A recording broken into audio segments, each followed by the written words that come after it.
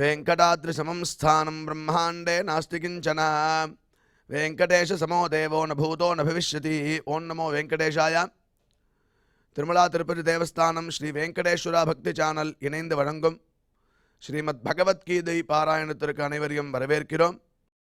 மூகம் கரோதி வாசாலம் அங்கும் லங்கயதே கிரிம் யத்கிருபாதமஹம் வந்தே பரமானந்த மாதவம்.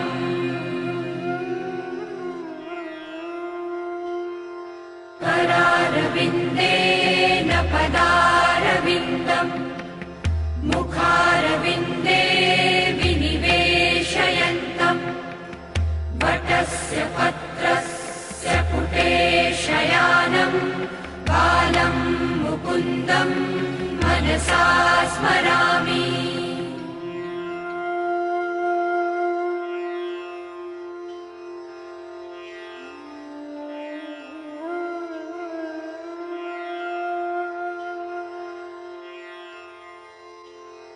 वसुदेवसुतं देवं कंसचाणूरमर्दनं देवकी परमानन्दं कृष्णं वन्दे जगद्गुरुम्. நாரத பக்தி சூத்திரத்தில் மகத் சங்கதஸ்து துர்லபா அகம்யா அமோகஷ்ச அப்படின்னு 39வது சூத்திரம்.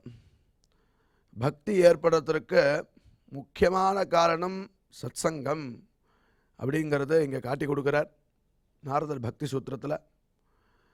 ரூபகோஸ்வாமியும் ஆதோ ஸ்ரத்தா தத சாதுசங்கா அப்படின்னு ஆரம்பித்து அந்த பிரேம பக்தியானது பலவிதமான கட்டங்கள் தாண்டி வரும் அப்படின்னு அந்த இடத்துல பகவன் நாம சிந்து சித்தாந்த சிந்துங்கிற கிரந்தத்தில் அழகாக சொல்லியிருக்கார்.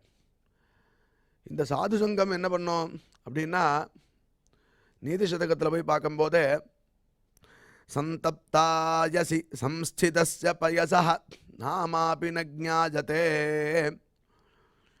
இப்போ நம்ம நித்தியம் சாப்பிடும்போது தோசை வாப்பாலோன்னு ஆற்றுல அந்த தோசை கல் சுற்றுத்தான் பார்க்குறதுக்கு கொஞ்சம் ஜலத்தை எடுத்து அதில் தெளிப்பாலாம்.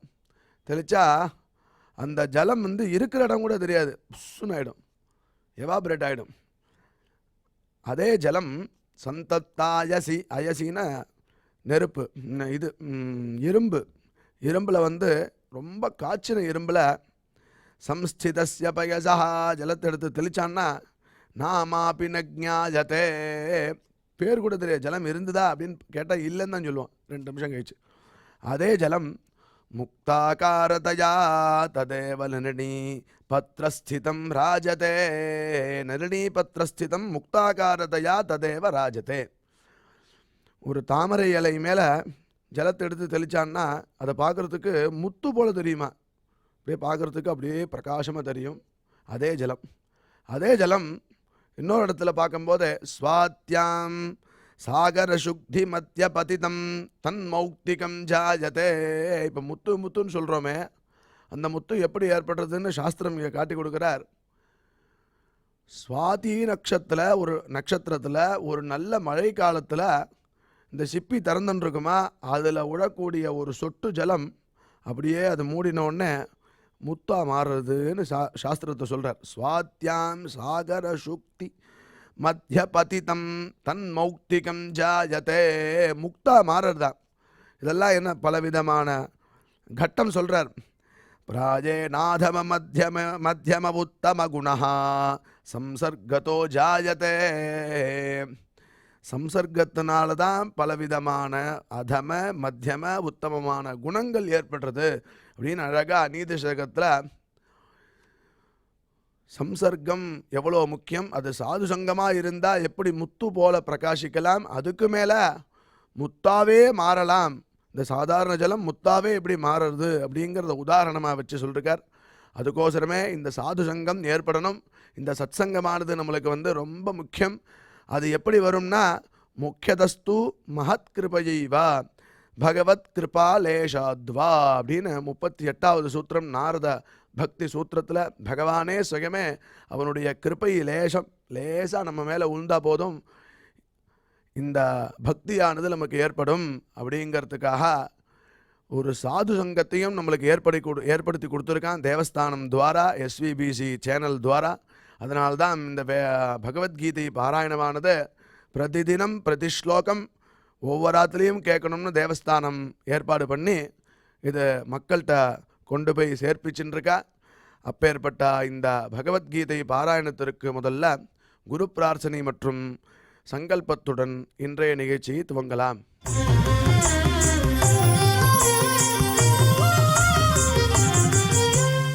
ஸ்ரீ குரு பிரார்த்தனா.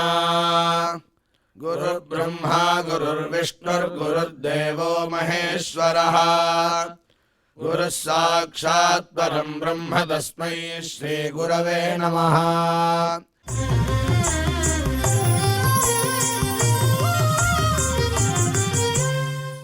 ஸ்ரீனிவாச பிரார்த்தனா.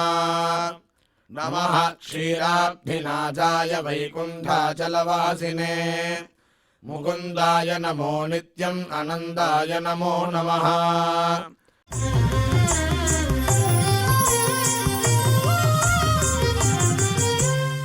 अथ श्रीमद्भगवद्गीता पारायण संकल्पः. श्रीमदादिवराह क्षेत्रे विराजमानस्य अखिलाण्डकोटि ब्रह्माण्ड नायकस्य श्रीपद्मावतीजानेः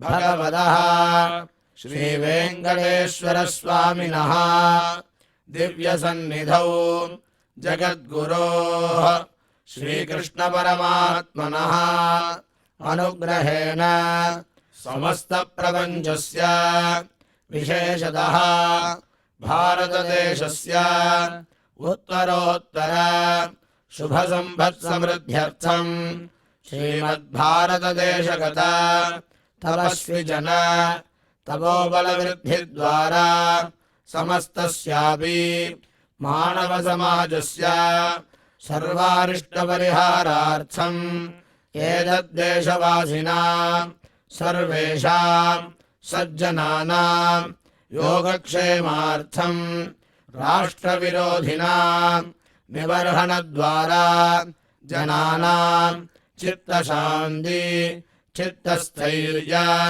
सन्तोषादि अभिवृद्ध्यर्थम् एतद्देशवासिनां परस्परविद्वेष परस्परनिन्दा परस्परहिंसादीनां निवृद्ध्यर्थं परस्परसौमनस्य सिद्ध्यर्थं समस्तपापक्षयार्थं श्रीमन्नारायणप्रीत्यर्थं श्रीपरमेश्वरप्रीत्यर्थं श्रीमद्भगवद्गीतायाः अखण्डपारायणं करिष्यामहे।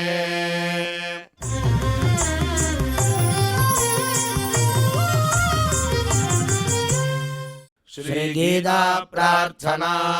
श्रीवत्साङ्गं महोरस्कं वनमाला विराजितं शङ्खचक्रधरं देवं कृष्णं वन्दे जगद्गुरुम्।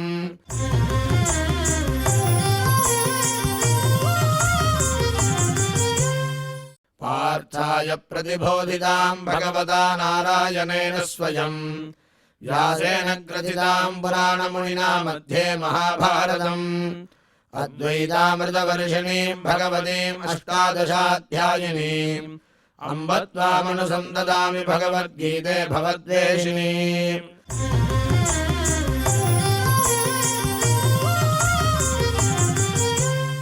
श्रीवेदव्यास प्रार्थना। व्यासं वसिष्ठनप्तारं शक्तेः पौत्रमकल्मषम् पराशरात्मजं वन्दे सुखदातं तपोनिधिम्। यत्र योगेश्वर कृष्णो यत्र पार्थो धनुर्धरः तत्र श्रीर्विजयो भूतिर्ध्रुवाणि धर्मधर्ममा।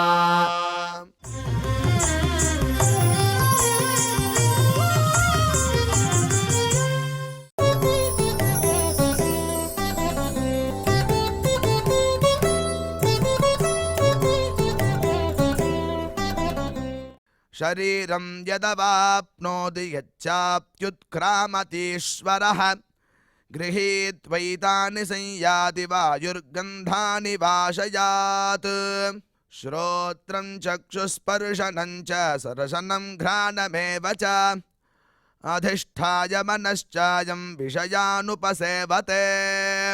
இப்பொழுது நாம் செய்த பாராயணத்தினுடைய ஸ்லோகத்தின் அர்த்தங்களை டாக்டர் உவே அனந்த பத்மநாபாச்சாரியார் சுவாமிகள் நமக்கு விவரிப்பார். அதை கேட்டு மகிழ்வோம்.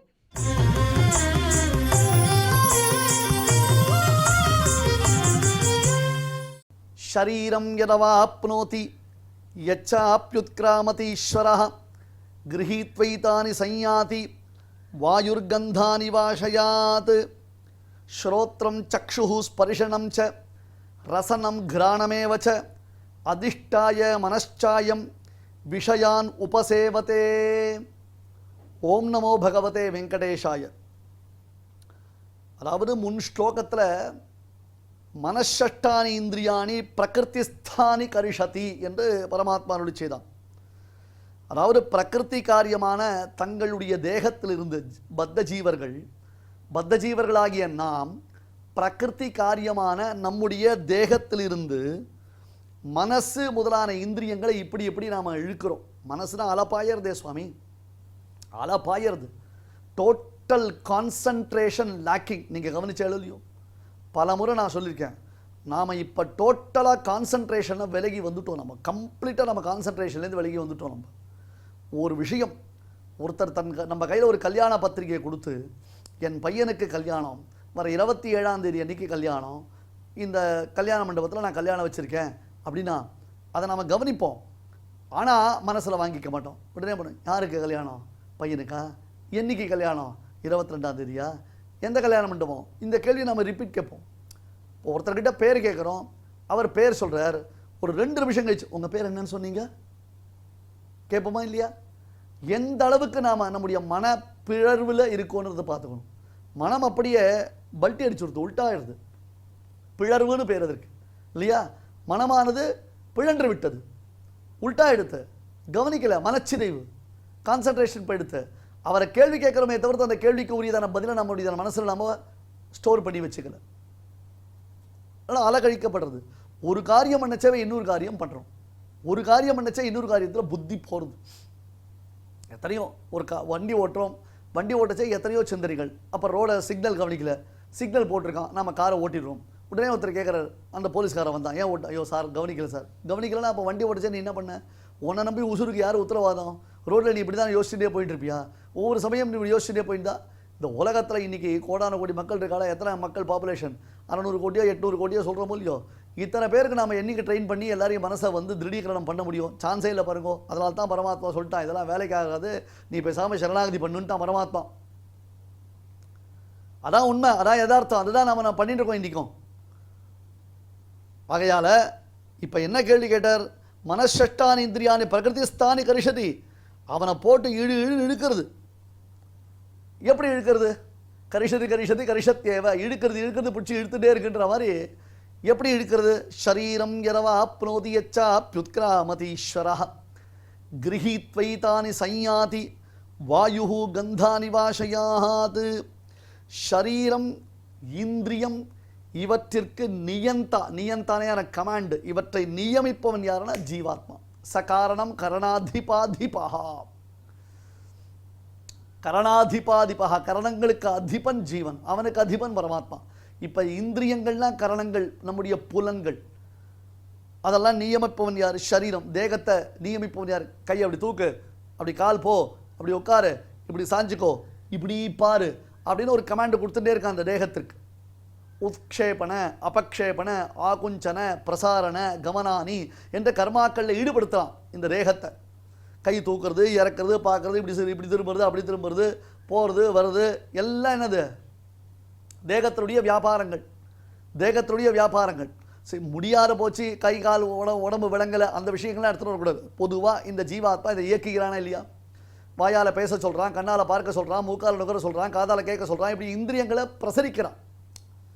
அந்த இந்திரியங்களுக்கு அந்தந்த காரியங்களை ஏவிக்கிறான். ஆய் யாரங்கே அங்கே போ, ஆய் யாரங்கே இங்கே போ, ஆய் யாரங்கே இதை பண்ணு அப்படியே ஒரு ராஜா கட்டளை கொடுக்குறான், ஒரு அலுவலகத்தில் மேலதிகாரி கட்டளை கொடுக்குறான், நீங்கள் 10 பேர் இப்படி போய் காரியம் பண்ணுங்கோ, அங்கே போங்கோ. சுக்ரீவ மகாராஜா என்ன பண்ணார்? அந்தந்த திக்குகளை வானரங்களை தேடுவதற்கு அனுப்பிச்சார் இல்லையோ? அப்போ அந்தந்த திக்குகளில் போய் அந்தந்த வானரங்கள் எப்படி காரியம் பண்ணணும் சுக்ரீவ மகாராஜா கட்டளை கொடுத்தாரு, நாம் பார்க்குறோம் இல்லையோ? அதான் விஷயம். அந்த மாதிரி இந்திரியங்களை ஏவுறது யார்? ஆத்மா. ஆத்மா அப்படிதான கமாண்டு. அப்போ சரீரத்தையும் இந்திரியங்களையும் ஏவுபவன் யார்? நியமிப்பவன் யார்? அந்த நியமிப்பவன் ஜீவாத்மா தான். அப்போ இந்த எந்த சரீரத்தில் இருக்கானோ அந்த சரீரத்தை அவனால் நியமிக்க முடியும். அது ஒரு பெரிய ப்ராப்ளம். இப்போ நான் இருக்கேன், நம்முடைய கேமராமேன் ரமேஷ் எதில் இருக்கார். இப்போ இந்த தேகத்தை நான் நியமிக்கிறேன், என்னுடைய ஆத்மா என்னுடைய தேகத்தை நியமிக்கிறது. என்ன பண்ணுறது? கை தூக்குனா கை தூக்குறது, கை கூப்புனா கை கூப்புறது, பேசுனா பேசுறது. இப்போ என் ஆத்மா என்னுடைய சரீரத்துக்கு டைரக்ஷன்ஸ் கொடுத்து அதை பண்ணுறது. இப்போ என் ஆத்மாவால் ரமேஷனுடைய சரீரத்தை கண்ட்ரோல் பண்ண முடியுமோ? அதை நான் இயக்க முடியுமோ? இல்லை அதுக்கு கட்டளையை கொடுக்க முடியுமோ? முடியாது. அதுக்கு மேலே இன்னொன்று இருக்குது பாருங்க. இப்போ போன பிறவியில் எனக்கு ஒரு தேகம் கிடச்சிது, நான் ஒரு பெருச்சாளியாவோ முள்ளமன்றியாவோ பிறந்தேன்னு வச்சுக்கோங்க இல்லையா? நல்ல பிறவி சொன்னால் நீங்களும் சண்டைக்கு வருவீங்க. ஏதோ ஒரு பிறவி நமக்கு அதை பற்றி விசாரம் இல்லை, அது போனது தானே, அதை பற்றி விசாரம் இல்லை. இருக்கிறதுக்கே விசாரம் பண்ணக்கூடாதுன்னு தான் கீதை. இந்த இருக்கிற தேகத்தை பற்றியே நம்ம கவலைப்படக்கூடாதுன்னு தான் ஒரிஜினல் கீதை. போன ஜென்மாவில் நான் உள்ள முள்ளமன்றியாக பிறந்தேன், அந்த முள்ளமன்றி தேகத்தை விட்டு இப்போ இந்த ஜென்மாக வந்துவிட்டேன். இப்போ என்னுடைய ஆத்மா தானே, என்னுடைய ஆத்மாவுக்கு உட்பட்ட சரீரம் தான் அது. இதற்கு முன்பிறவியில் என்னுடைய ஆத்மா ஏற்றுக்கொண்டதான சரீரம் தான் அது. இப்பொழுது அந்த சரீரத்தை நான் நியமித்தேனேயானால் அந்த நியமனம் செல்லுபடியாகுமோ? அந்த சரீரம் இயங்குமோ? என் ஆத்மா தற்பொழுது என்னுடைய தேகத்தில் இருக்கும் பொழுது இந்த தேகத்தில் இருக்கும் அந்த ஆத்மா இதற்கு முன் தான் ஏற்ற தேகத்தை அது நியமனம் செய்யுமோ? அது நடக்குமோ? வழி உண்டா? கிடையாது. இதான் விஷயம். அப்ப அந்த ஜீவாத்மா தான் ஏற்றுக்கொண்டிருக்கக்கூடியதான அந்த தேகத்தில் இருந்து கொண்டு அந்த தேகத்தையும் அதனுடைய இந்திரியங்களையும் நியமனம் செய்கிறான். கண்ட்ரோல் அப்படின்னு அர்த்தம். நியமனத்துக்கு அர்த்தம் கண்ட்ரோல் அப்படின்னு அர்த்தம். பிறகு அவன் எந்த சரீரத்தில் இருந்தாலும் எந்த சரீரத்திலிருந்து புறப்பட்டாலும் மனமுள்ள மலர்களில் இருந்து காற்றானது அந்த மனங்களை சுமந்து எடுத்து செல்வது போல ஜீவாத்மா பூத சூக்ஷ்மைஹி சம்பரிஷ்வக்தா கச்சதி. இதெல்லாம் பிரம்மசூத்திரங்கள் ததந்தர பிரதிபத்தி அதிகரணம் என்பதான ஒரு அதிகரணம். ததந்தர பிரதிபத்தி ரம்ஹதி சம்பரிஷ்வக்த பிரஷ்ன நிரூபணாபியாம் என்பதாக சூத்திரக்காரர் காண்பிக்கிறார். பயப்படாதீங்கோ, இந்த சூத்திரங்கள்லாம் ரொம்ப விசேஷமான சூத்திரங்கள். ஜீவாத்மா உத்கிராந்தி ஒரு தேகத்திலிருந்து மற்றொரு தேகத்திற்கு போறான். கீழே பார்த்தோம் இல்லையோ? எப்படி வாசாம்சி ஜீர்ணானி யசாவிஹாய நவானி கிருண்ணாதி நரோபராணி தேகினோஸ்பின் யதா தேஹே கௌமாரம் யௌவனம் ஜரா. எல்லாம் கீழே பார்த்த ஸ்லோகங்கள். பிரஜன்ஸ்திஷ்டன் பதைவைக்கேன யதா யதைவைக்கேன கச்சதி யதா திரணஜலூகைவம். வாசுதேவனுடைய அப்பா வசுதேவர் கம்சனுக்கு உபதேசம் பண்ணார். இங்கே பாருங்க, இந்த ஃபேமிலியாக ஏடாகுடமான உபதேசம் தான் பண்ணியிருக்கு தெரியுது. என்னன்னா பாவம் வசுதேவர் கஷ்டப்பட்டு கம்சனுக்கு உபதேசம் பண்ணினர். எப்போ? அவருடைய மனைவி தேவகியை கம்சன் கத்தி எடுத்துட்டு பட்டா கத்தி எடுத்துட்டு கழுத்தை வெட்ட வரைச்சே அந்த சமயத்தில் வசுதேவர் கஷ்டப்பட்டு உபதேசம் பண்ணார் கம்சனுக்கு. அப்பா கம்சா சொல்கிறதை கேளுடாப்பா, கோவப்படாத, என்னைக்கோ வர வேண்டிய மிருத்யுவை இன்னைக்கு வரவழிக்காத, ஏன் கஷ்டப்படுற அப்படின்னு பலவிதமான ஒரு ஹிதோபதேசம் பண்ணார். அவர் சொன்ன அந்த 18 விஷயத்தை தான் இங்கே எலாபரேட் ப்ராசஸாக வசுதேவருடைய பிள்ளையான வாசுதேவன் கிருஷ்ணன் பகவத்கீதையில் அர்ஜுனனுக்கு உபதேசம் பண்ணுறான். ஒரு புழு, ஒரு செடி, இலை உண்ணும் புழு, இலையில் வசிக்கும் புழு, இலை உண்ணும் புழு. அந்த புழு அந்த செடியை உண்டு முடித்த பிறகு அது என்ன பண்ணுகிறதுனா அந்த செடியிலிருந்து மற்றொரு அந்த இலையிலிருந்து மற்றொரு இலைக்கு தாவுகிறது. அதுபோல வாசாம்சி ஜீர்ணானி யதாவிகாய, இந்த தேகம் பழுதடைந்து விட்டது, இந்த தேகமானது தன்னுடைய ஆயுளை முடித்து கொண்டு விட்டது, இனி இந்த தேகத்திற்கு இயக்கம் வருவதற்கு வாய்ப்பு இல்லை என்னும் பொழுது இந்த தேகத்தை இருவரையிலும் இயக்கிக் கொண்டிருந்ததான ஜீவாத்மா இந்த தேகத்திலிருந்து மேற்கொண்டு தன்னுடைய கர்ம பலன்களை அனுபவிப்பதற்காக மற்றொரு தேகத்தை எடுக்கிறான். அப்பொழுது இந்த தேகத்திலிருந்து அவன் கிளம்பும் பொழுது இந்த தேகத்தில் உள்ள சூக்ஷ்ம இந்திரியங்கள், அந்த பூத சூக்ஷ்மங்கள்னு பேரு, அந்த பூத சூக்ஷ்மங்களோட சம்பரிஷ்வக்தா கச்சதி என்று உபனிஷத் காண்பிக்கிறது. அந்த பூத சூக்ஷ்மங்களுடன் செல்லுகிறான். அதற்கு ஒரு பியூட்டிஃபுல்லான எக்ஸாம்பிள் என்னது? அந்த எக்ஸாம்பிள் தான் கிரகித்வைதானி சையாதி வாயு கந்தானி வாசயாத். ஒரு நல்ல அழகான மல்லிகை தோட்டம் உள்ளது. நல்ல மலர்ந்த மல்லிகைகள் அங்கே மனம் வீசுகின்றன. இப்போ காற்று அந்த மல்லிகையின் மீது படர்ந்து வந்தது என்றால் அந்த காற்று என்ன பண்ணும்? 1 கிலோமீட்டர் தள்ளி அந்த காற்று வீசுறது. மல்லிகை தோட்டத்தின் மீது வீசிய காற்று அப்படியே சென்று 1 கிலோமீட்டர் தள்ளி வீசுறது. அந்த 1 கிலோமீட்டர் தள்ளி இருக்கிறா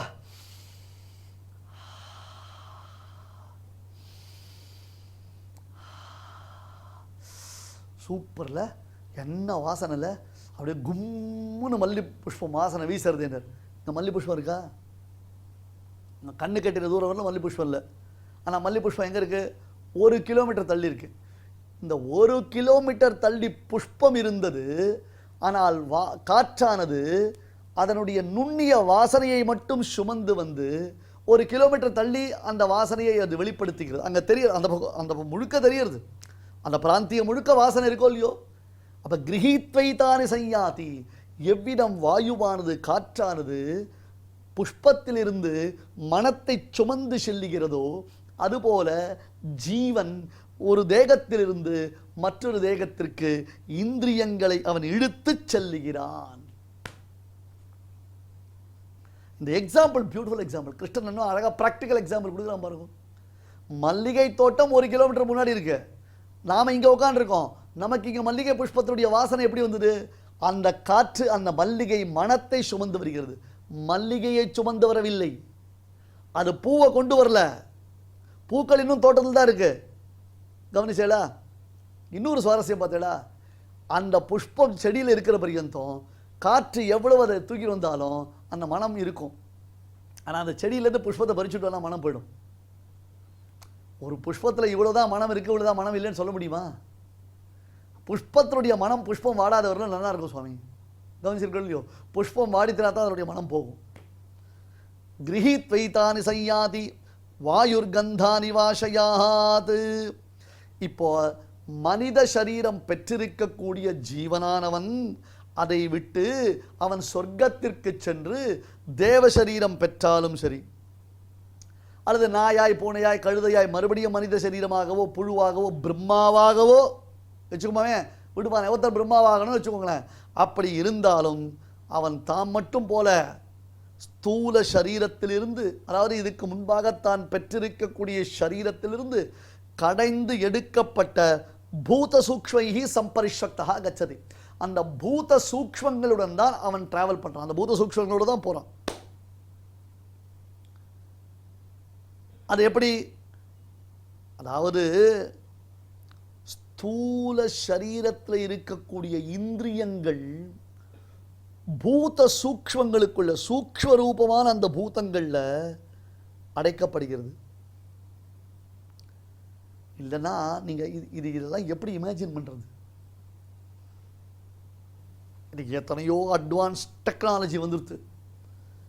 இன்னும் 2 வருஷத்துல நான் பண்ற இந்த உபன்யாசத்தை நானே பண்ணாமல் வேறு யாரையோ வச்சு கூட பண்ணுற மாதிரி கூட கொண்டு வரலாம். 2 வருஷம் போவானே. ஆர்டிஃபிஷியல் இன்டெலிஜென்ஸ் இன்றைக்கே வந்துடுது. நான் போன தடவை கூட உங்களுக்கு சொன்ன ஞாபகம் இருக்கா? சேத்தனம்ன்றா அறிவுன்னு அர்த்தம், அச்சேதனம்னா அறிவற்றதுன்னு அர்த்தம். இப்போ ஜீவனாகிய நமக்கு அறிவு இருப்பதனாலே நாம் அறிவுடையவன் பெயர் பெற்றிருக்கோம். அறிவுக்கு அறிவு இல்லாததுனால அறிவாற்றது. கரெக்டா?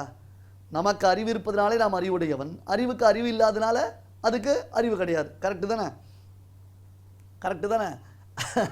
இங்கே பாருங்க, யாரோ ஒரு மனிதன் கண்டுபிடித்தது தான் இந்த ஆர்டிஃபிஷியல் இன்டெலிஜென்ஸ், செயற்கை நுண்ணறிவு. ஆர்டிஃபிஷியல் இன்டெலிஜென்ஸ், செயற்கை நுண்ணறிவு கண்டுபிடித்தவன் யாரு? யாரோ ஒரு அறிவு ஜீவி, ஒரு அறிவாளி, ஒரு சேத்தனன், ஒரு ஜீவாத்மா. ஆனால் தற்பொழுது அந்த ஆர்டிஃபிஷியல் இன்டெலிஜென்ஸ் இருக்கே, செயற்கை நுண்ணறிவு இருக்கே, நாம அறிவுடைய ஜீவனாகிய சேதனாகிய நாம அதை டிபெண்ட் பண்ணியிருக்கோம். சொந்தமாக ஒரு விஷயம் யோசிக்கிறது இல்லை, சொந்தமாக ஒரு விஷயம் பார்க்கறது இல்லை, நமக்கு சொந்தமாக எதுவுமே தெரியாது மொத்தத்தில். அப்போ நாம் என்ன பண்ணுறோம்? எல்லாத்துக்கும் அதை போய் அடிக்கிறோம். சாட் ஜிபிடி அடிக்கிறோம், மெட்டாவை அடிக்கிறோம், டக்குன்னு கூகுள் பண்ணுறோம். ஏய் Google, let me know about this and this அப்படின்னு அது உடனே நமக்கு ஒரு ஹிஸ்டரி கொடுக்குறது. அதை டிபெண்ட் பண்ணி தான் நம்ம இருக்கோம். ஸோ இப்போ இந்த செயற்கை நுண்ணறிவு என்பது இயற்கையான அறிவை போன்று அது செயல்படுகிறது. இயற்கையான அறிவு பெற்ற நாம் அறிவிலிகளாக, அறிவே இல்லாதவர்களாக மாறிவிட்டோம். இதான் விசித்திரம். இது என்ன உலக இயற்கைன்னு. சரியா? இங்க என்ன பார்க்கணும்னா, பூத சூக்ஷ்மங்களோட, அந்த நுண்ணறிவோட, நுண்ணிய பூத சூக்ஷ்மங்கள், ஜீவன் அத்தியந்தம் அணுமாத்திரமாக இருக்கக்கூடியவன். அந்த ஜீவன்றவன் எந்த விதத்திலையும் முன்னால் நீ எந்த கலைடோஸ்கோப் வச்சு பார்த்தாலும், எந்த டெலிஸ்கோப் வச்சு பார்த்தாலும், ஜீவனை மைக்ரோஸ்கோப் வச்சு பார்த்தாலும் ஜீவாத்மா கண்டுபிடிக்க முடியாது. அப்பேற்பட்ட ஜீவாத்மா இத்தனை பூதங்களை, இந்திரியங்களை சுமந்து செல்லுகிறான் என்றால், அப்போ சக்ஷுர் இந்திரியத்தை சுமந்துன்னு போக முடியுமா? ஸ்ரோத்ரேந்திரியத்தை சுமந்துன்னு போக முடியுமா? கிரானேந்திரியத்தை சுமந்துன்னு போக முடியுமான்னு கேட்டா, அதெல்லாம் தூக்கின்னு போனா அவசியம் இல்லை. மூக்கை தூக்கின்னு போறானா, கண்ணை தூக்கின்னு போறானா, காதை கட் பண்ணி எடுத்து போறானா, அதெல்லாம் விஷயம் இல்லை. அந்த அந்த இந்திரியங்கள் சூக்ஷ்ம பூதங்களாக அந்த பூதங்களுக்குள்ளே அவைகள் சங்கமிக்கின்றன. அவற்றிலிருந்து அவன் அதை எடுத்து செல்லுகிறான். இப்போ வாயு அங்கேருந்து புஷ்பம், சந்தனம் முதலானவற்றில் உள்ளதான வாசனையை சுமந்து வருகிறது. புஷ்பத்தையா சுமந்து வருகிறது? புஷ்பம் அங்கே தானே இருக்கு, தோட்டம் அங்கே தானே இருக்கு. ஆனால் வாயு அந்த வாசனையை மட்டும் கொண்டு வருகிறது. எப்படி எடுத்துட்டு வருது? அந்த நுண்ணியதான அந்த வாசனையை மட்டும் கிரகித்து வருவதை போல ஜீவாத்மா ஒரு தேகத்திலிருந்து மற்றொரு தேகத்திற்கு நுண்ணியவற்றை எடுத்து செல்லுகிறான். அடுத்த ஸ்லோகம். ஸ்ரோத்ரம் சக்ஷுஹு ஸ்பரிஷணம் ச ரசனம் கிராணமேவச்ச அதிஷ்டாய மனச்சாயம் விஷயான் உபசேபத்தே. இப்போ இந்திரியங்களுடைய பெயர்கள் என்ன? அந்த இந்திரியங்களை கொண்டு ஜீவன் எதையெல்லாம் அனுபவிக்கிறான் என்பதை இந்த ஸ்லோகம், 9வது ஸ்லோகம் காண்பிக்கிறது. ஜீவன் ஸ்ரோத்ரம் சக்ஷுஸ் ஸ்பரிஷணம் ரசனம் கிராணம் மனஹ, மொத்தம் 6 மனஷஷ்டானீந்திரியானின்னு சொன்னாரோ இல்லையோ 7வது ஸ்லோகத்தில். அந்த மனஷஷ்டானீந்திரியானி 5 இந்திரியங்கள், மனசு ஒன்று, அப்புறம் கர்மேந்திரியம், ஞானேந்திரியம், இப்படியெல்லாம் அதற்கு பெயர் உண்டு. ஸ்ரோத்ரம்னு அர்த்தம் காது, ஸ்ரோத்ரேந்திரியம்னா காது. சக்ஷுஸ்ன்னு அர்த்தம் கண்ணு. ஸ்பரிஷனம்னா துவகீந்திரியம், இப்படி தொட்டா தெரிகிறதே, அப்படி சொல்லிடுறான், ஒரு ஊச்சி வச்சு குத்துறான், ஸ்பரிஷம், அந்த ஸ்பரிஷமானது நமக்கு தெரிகிறது. அடுத்தது ரசனம், அப்படின்னு அது சாப்பிட்றாரு, ஜூஸ் சாப்பிட்றார், ஐஸ்கிரீம் சாப்பிட்றார், தித்திப்பு சாப்பிட்றார், ரசனம், ஒரே காரம் அப்படின்னு ரசனம். அப்புறம் கிராணம், சூப்பர் வாசனை, நல்ல ரோஜா புஷ்பம் பூத்திருக்கு, நல்ல தாழம்பூ வாசனை அப்படின்றோம். ஸ்ரோத்ரம் சக்ஷுஸ் ஸ்பர்ஷனம் ரசனம் கிராணம், பஞ்சேந்திரியங்களை எடுத்தா இது எல்லாம் இன்டர்லிங்க், எல்லாம் ப்ரோக்ராம்டு வித்து எது? மனசு.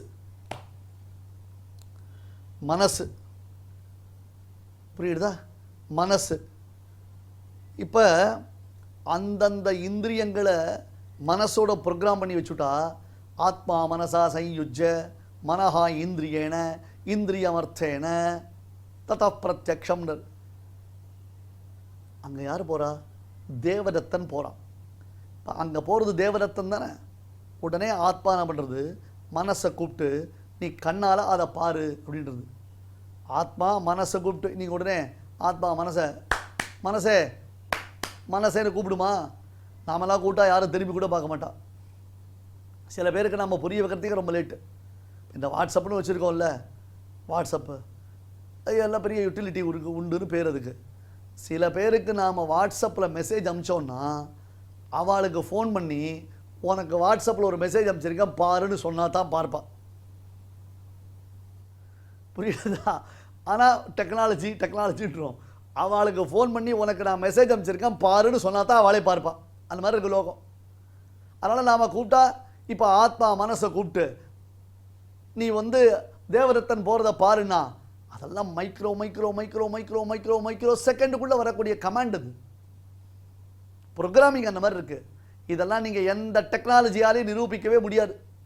என்னமோ நாம் சொல்லலாம், it is said to been ரிசர்ச்சில் என்று சொல்லப்படுகிறது அப்படின்னு ரிசர்ச்சில் சொல்லிட்டு போயிடுவா. அந்த மாதிரி எதாவது சொல்லிட்டு போயிடலாமே தவிர்த்து இது உருப்படியாக வராது. ஆத்மா மனசா சயுஜ்ய மனஹா இந்திரியேன இந்திரியமர்த்தேன.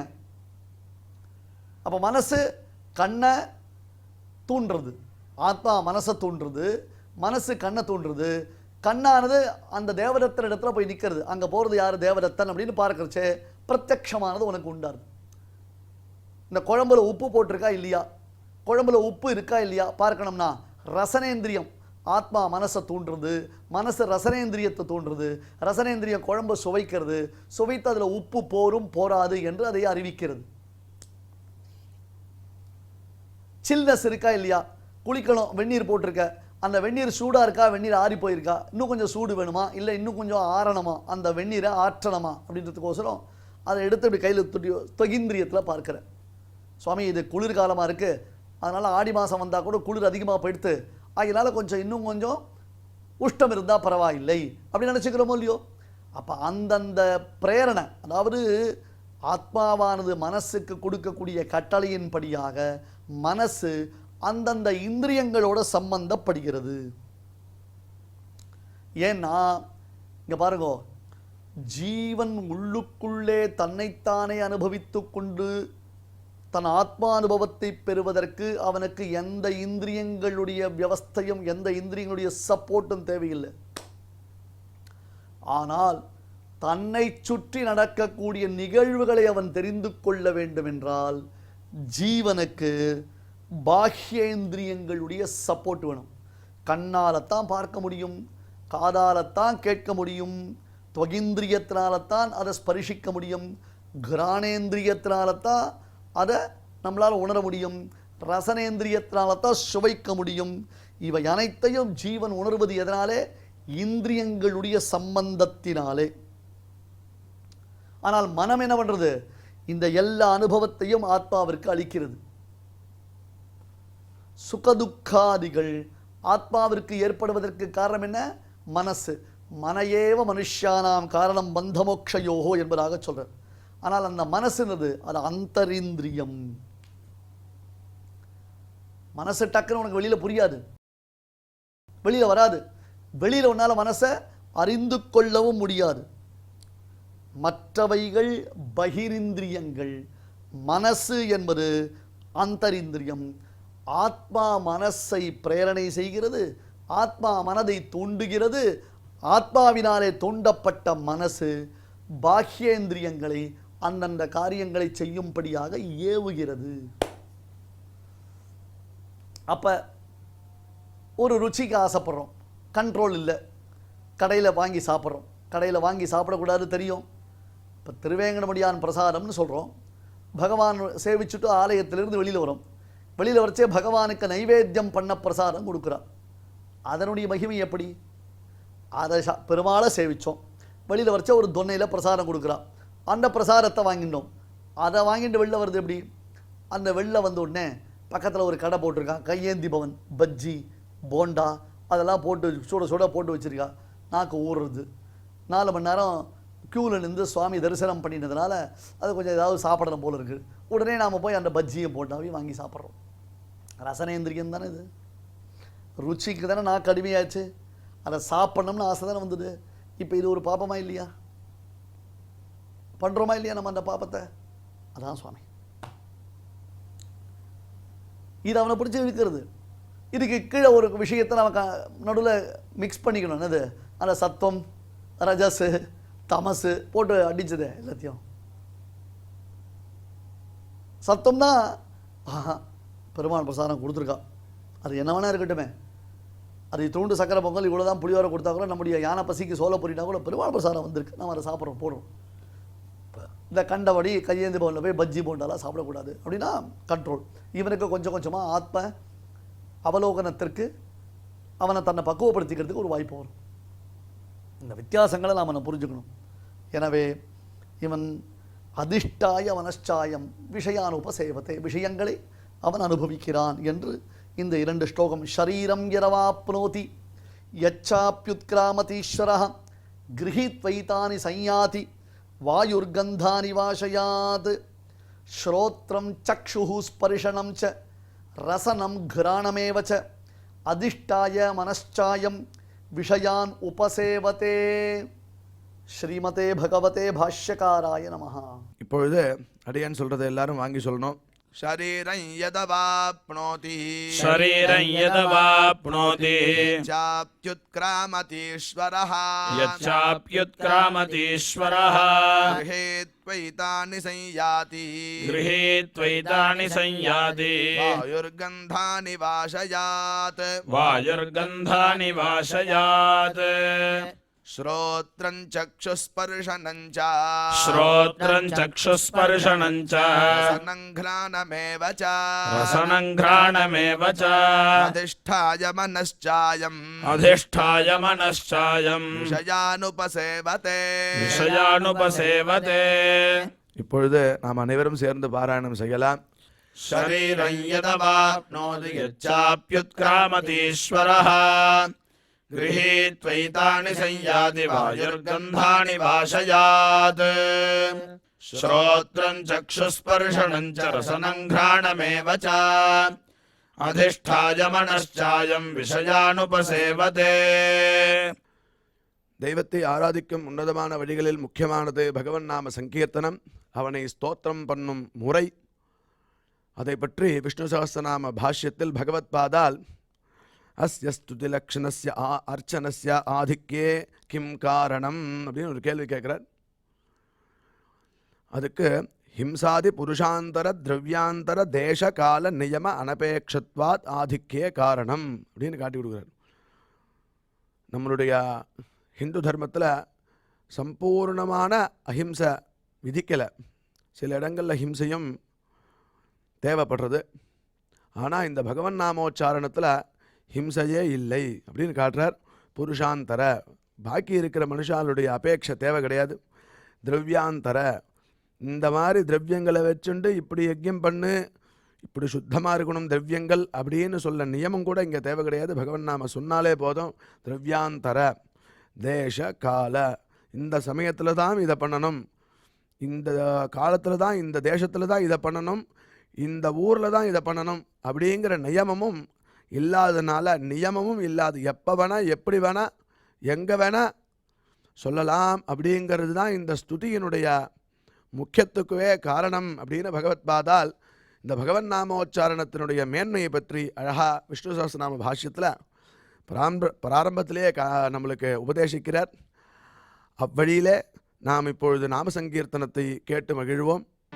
राजस सुकुमार मदनांचा पुतळा राजस सुकुमार मदनांचा पुतळा राजस सुकुमार मदनांचा पुतळा राजस सुकुमार मदनाचा पुतळा राजस सुकुमार मदनाचा पुतळा रवी शशिकला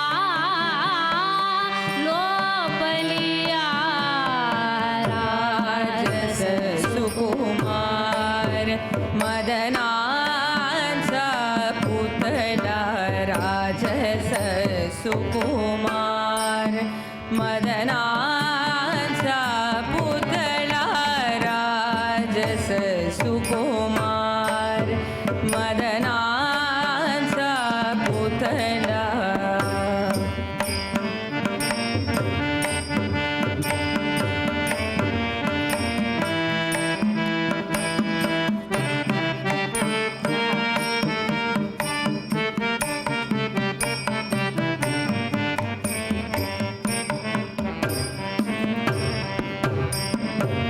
कस्तुरी मळवट चंदनाची उटी कस्तुरी मळवट चंदनाची उटी कस्तुरी मळवट चंदनाची उटी रुळे माळकंटी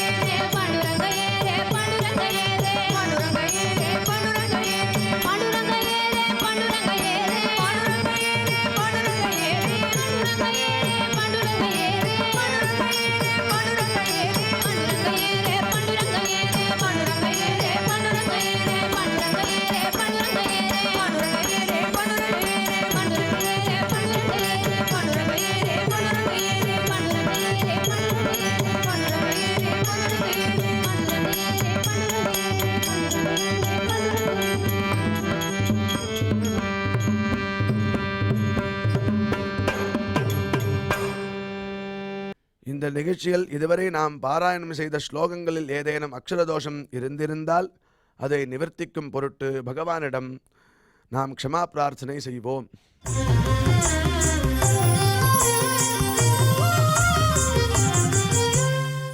अथ क्षमा प्रार्थना यदक्षरपदभ्रष्टम् मात्राहीनम् च यद्भवेत् तत्सर्वम् क्षम्यताम् देवनारायण नमोऽस्तु ते।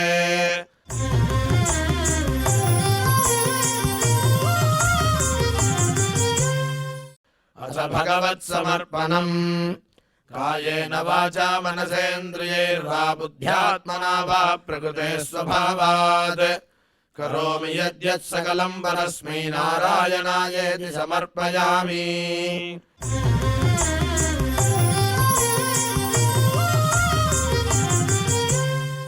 अथ लोकक्षेम प्रार्थना सर्वे भवन्तु सुखिनः सर्वे सन्तु निरामयाः सर्वे भद्राणि पश्यन्तु मा कश्चित् दुःखभाग् भवेत्. சுவாமியின் அருள் நாம் அனைவருக்கும் கிடைக்க வேண்டி மங்களாசாசனத்துடன் இன்றைய நிகழ்ச்சி நிறைவு பெறுகிறது. மீண்டும் இதே நிகழ்ச்சியில் நாளை சந்திக்கலாம். ஓம் நமோ வெங்கடேஷாய.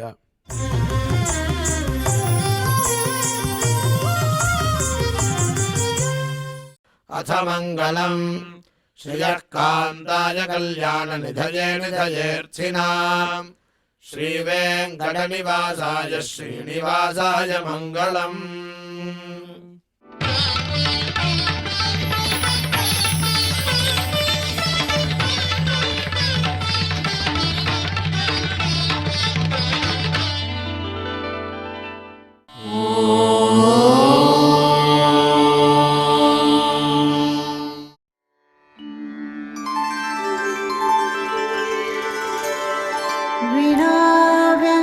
विनाव्यङ्कटेशं ननाथो ननाथः सदा व्यङ्कटेशं स्मरामि स्मरामि हरे व्यङ्कटेश प्रसीद प्रसीद